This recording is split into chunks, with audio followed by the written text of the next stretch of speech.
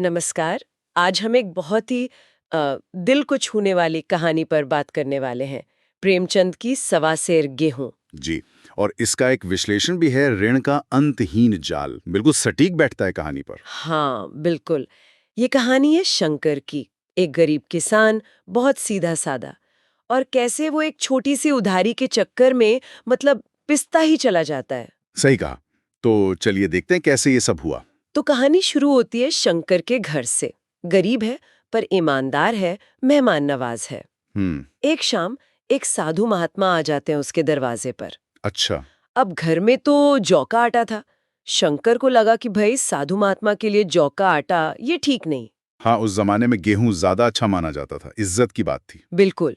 तो उसने सोचा कि चलो गांव के विप्र महाराज से, पुजारी से सवा सेर गेहूं उधार ले लेता हूँ। सवा सेर यानी करीब 1.25 किलो। ठीक है। हाँ, उधार ले लिया, महात्मा को भोजन कराया, वो आशीर्वाद देकर चले गए। यहाँ तक तो सब सामान्य सा लगता है। हाँ, लगता तो है। पर यहीं से वो जाल बुनना शुरू होता है जिसका जिक्र आपने किया। अच्छा। शंकर ने सोचा कि फसल आएगी तो खलिहान से थोड़ा ज्यादा, 1.5 पसेरी यानी लगभग 7.5 किलो अनाज देकर कर्ज चुकता कर देगा। और उसने दिया भी शायद। हाँ, उसने दिया और मान लिया कि भाई हिसाब बराबर हो गया। पर विप्र महाराज, उन्होंने 7 साल तक कुछ नहीं कहा, एक शब्द भी नहीं। 7 साल, ये तो बहुत लंबा समय है। बिल्कुल। और इन 7 सालों में शंकर की दुनिया ही बदल गई। वो किसान से मजदूर बन गया। हाँ, उसका भाई भी अलग हो गया था, जमीन बट गई शायद, आर्थिक हालत बहुत बिगड़ गई। जी। और दूसरी तरफ वो विप्र महाराज, वो अब महाजन बन गए थे। उनकी स्थिति काफी मजबूत हो गई थी। अच्छा, तो ये 7 साल की चुप्पी ये जानबूझकर थी? लगता तो यही है।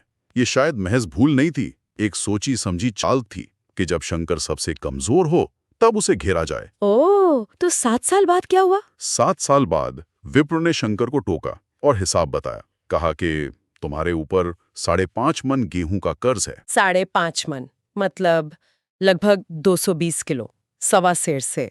शंकर का क्या हाल हुआ होगा। वो तो सन रह गया, हैरान परेशान।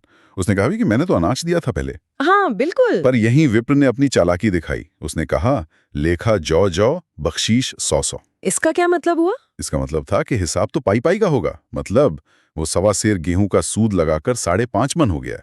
और जो तुमने पहले दिया था वो तो दान दक्षिणा थी, बख्शीश थी, कर्ज में उसकी गिनती नहीं होगी। अरे बाप रे, ये तो सरासर धोखा है। बिल्कुल।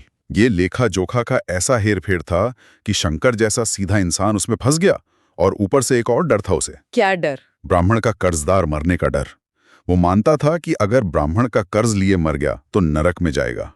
इस डर ने उसकी हिम्मत बिल्कुल तोड़ दी। इसी डर का फायदा उठाया विप्र ने। जी हाँ। उसने शंकर से 60 रुपए का एक दस्तावेज, एक तमस्सुक लिखवा लिया। उस समय 5.5 मन गेहूं की कीमत 60 रुपए थी। 60 रुपए? और इस पर सूद? सूद तय हुआ 3 रुपए सैकड़ा महीना। 3 रुपए सैकड़ा महीना मतलब 36% सालाना ब्याज। हाँ। और शर्त यह कि अगर साल भर में पैसा नहीं चुकाया तो ब्याज की दर और बढ़ जाएगी, सूद पर सूद। और खर्चे? 11 रुपए का स्टैम्प पेपर और 1 रुपया लिखाई का खर्चा, वो भी शंकर के ही जिम्मे।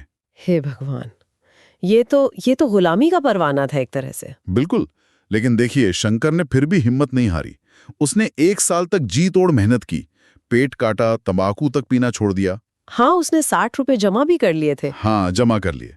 वो विप्र के पास गया, सोचा कि चलो 60 रुपए दे देता हूं, बाकी 15 रुपए के सूद के लिए शायद महाजन मान जाएंगे, थोड़ी मोहलत दे देंगे। लेकिन विप्र नहीं माना होगा। कहाँ मानने वाला था वो? साफ इनकार कर दिया। कहा पूरे पैसे चाहिए अभी के अभी, वरना ब्याज और बढ़ जाएगा, चक्रवृद्धि ब्याज लगेगा। तो शंकर ने क्या किया? हाँ। गांव में किसी से मदद मांगी, घर घर गया, सबके सामने हाथ फैलाए। पर विप्र का इतना डर था गांव में कि किसी ने उसे उधार देने की हिम्मत नहीं की। सबको पता था कि ये विप्र का शिकार है। ये तो बहुत ही मतलब लाचार कर देने वाली स्थिति है। यहीं पर इंसान टूट जाता है, जब हर दरवाजा बंद हो जाए, कोई उम्मीद न दिखे। शंकर का हौसला पस्त हो गया। उसे लगा कि जब इतनी मेहनत करके भी कर्ज नहीं उतरा तो अब ये कभी नहीं उतरेगा। हाँ, ये वो पॉइंट है जहां इंसान शायद जीना ही छोड़ देता है। बिल्कुल।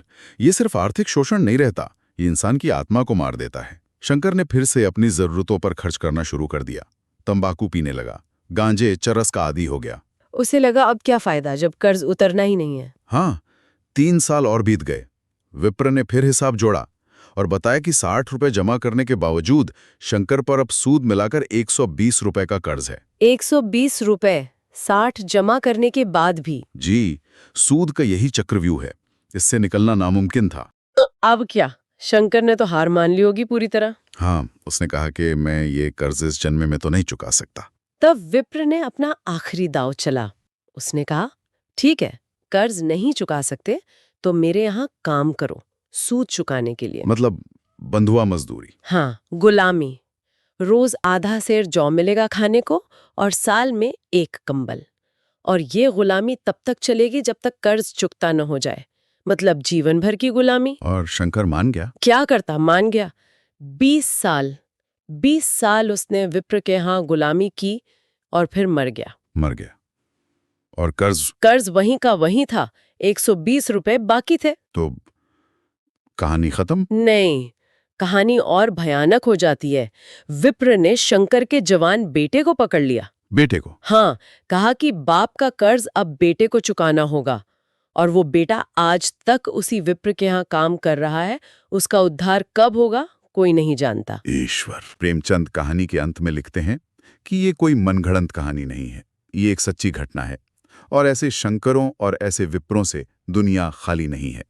ये सूदखोरी और शोषण का वो चक्र है जो पीढ़ियों को निगल जाता है। ये कहानी और उसका विश्लेषण कैसी एक छोटी सी मामूली सी जरूरत और थोड़ी सी शायद लापरवाही या भोलापन एक इंसान और उसके पूरे परिवार के लिए अंतहीन शोषण का कारण बन गया। जी, ये कहानी हमें उस समाज की कड़वी सच्चाई दिखाती है जहां गरीबी, अशिक्षा, ऊंच नीच का भेद और चालाक व्यवस्था मिलकर कैसे एक इंसान का सब कुछ छीन सकती है। ये उस वक्त की सामाजिक और आर्थिक व्यवस्था पर एक बहुत तीखी टिप्पणी है। बिल्कुल। और ये हमें सोचने पर मजबूर करती है, जैसा प्रेमचंद ने कहा कि ऐसे शोषक और शोषित आज भी हैं। तो श्रोताओं के लिए ये सवाल है कि आज के समय में इस 21वीं सदी में सवा सेर गेहूं का रूप क्या हो सकता है? शोषण के तरीके शायद बदल गए हों। वो साहूकार शायद अब माइक्रो फाइनेंस कंपनी बन गया हो या कोई और नया रूप ले लिया हो। पर क्या वो मूल अन्याय, वो शोषण का चक्र आज भी मौजूद है? ये एक जरूरी सवाल है जिस पे हम सबको सोचना चाहिए। आज के लिए इतना ही। धन्यवाद। धन्यवाद।